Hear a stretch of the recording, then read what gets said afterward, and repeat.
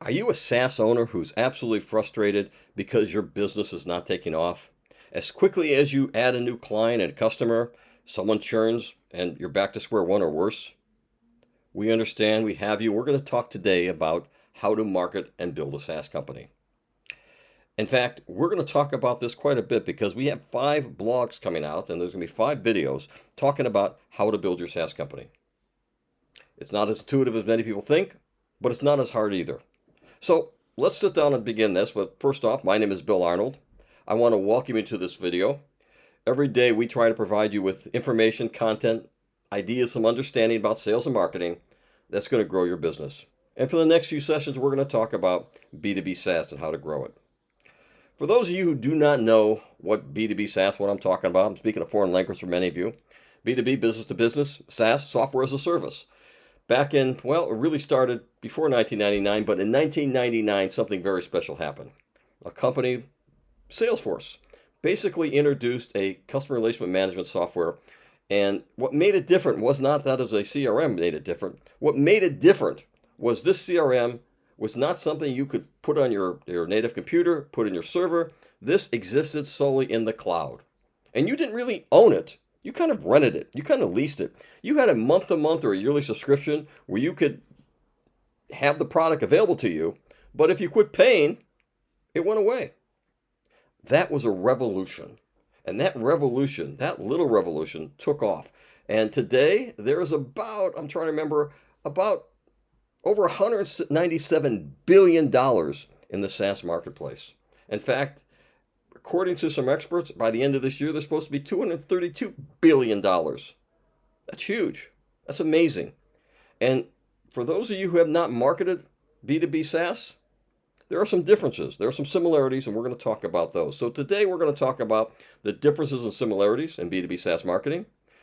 The next 3 sessions after this, we're going to talk about marketing strategies that we have used for our clients that have proven highly effective. Highly effective. They work. I promise you, they work. And the final session, the 5th one, we're going to talk about the metrics that you have to follow or have to track that are in addition to the metrics you normally track for B2B marketing. And as you know, Prevail Marketing tracks 400 KPIs every single month for every single client. So for B2B SaaS, we have about 415, 420 we track every single month for those clients. So let's get down, let's start. Let's talk about some of the similarities. One of the key points that's the same across any marketing program you do is you have to know who your buyer personas are. You have to know what's going to create their interest, elicit their interest. You're going to have to know where they go for information, education, and you're going to have to know how they like to have their content presented to them. You're going to have to know what motivates them. So you're going to have a fully developed buyer persona program where you understand their pain points, their interests, their concerns, where they go for information, and where they go for third-party verification and entertainment. What makes it different for B2B SaaS is that, well, it shouldn't be different because we always project and preach, I should say, that marketing doesn't stop when someone becomes a customer. You need to continue on for client retention.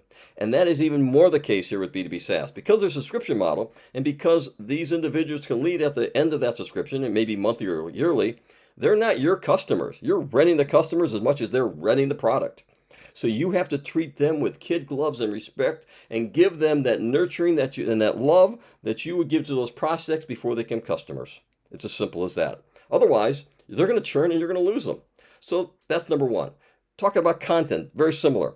You have to create content the same way you would have to create content for the other customers. Every bit of content's got to be unique to that, what that buyer persona needs to see in a format they need to see it. But again, because you're renting the customer as much as they're renting you, you have to make sure that you provide content for that stage when they're customers. And ideally, what you want is take those customers, not just be customers, but convert them to evangelists, to brand advocates, so they are bringing you more business. That's what you should do every single time you have a customer, not just B2B SaaS, but it's imperative in B2B SaaS. Otherwise, you're going to have such a high churn rate, you're never going to grow the business. Demand generation is sort of the same. The only difference is the very short cycle. Let's talk about sales cycle. Let's talk about some of the differences. And the big difference, that's glaring difference, is you have an intangible product. You can't touch, feel, taste, eat. It doesn't exist. It's only literally in the cloud. So it's much harder to convey the value proposition. People cannot kick the tires, if you will. You've got to figure out how to create that value, that interest to them without actually letting them see it. Okay, and there's lots of ways to do that. And one of the idea what you try to do, honestly, is you push them to a demo, a free trial. Those are the ways they actually can kick the tires a little bit. We're going to get into that in a little bit later. As a marketer for B2B SaaS, you have to be a much more of a product expert than in any other time. Yes, you need to be product experts. You know how the product works, you know the value proposition for every other B2B business. But when you are a B2B SaaS marketer, you have to not only know what the product does today, you have to know what their roadmap says it's going to do next week, next month, next 6 months, and next year. The reason being is you have to be prepared in advance to explain this to a lot of people. You have to be able to explain it to the sales department, create content that's going to educate them about what this new feature, new elements of the SaaS product does.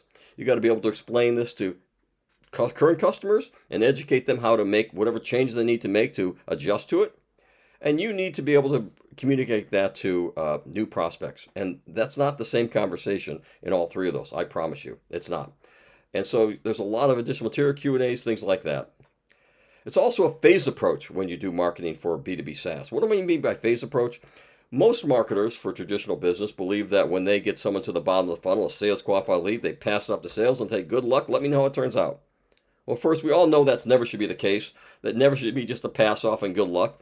It always calls about sales enablement, or we call it growth enablement, because it goes past sales, it goes to customer support, it goes beyond that. So you need to have that growth enablement anyhow. But for B2B SaaS, there's a little twist to that, because oftentimes you get people to that demo, they have the demo, they appear interested, but then they just disappear. They ghost you.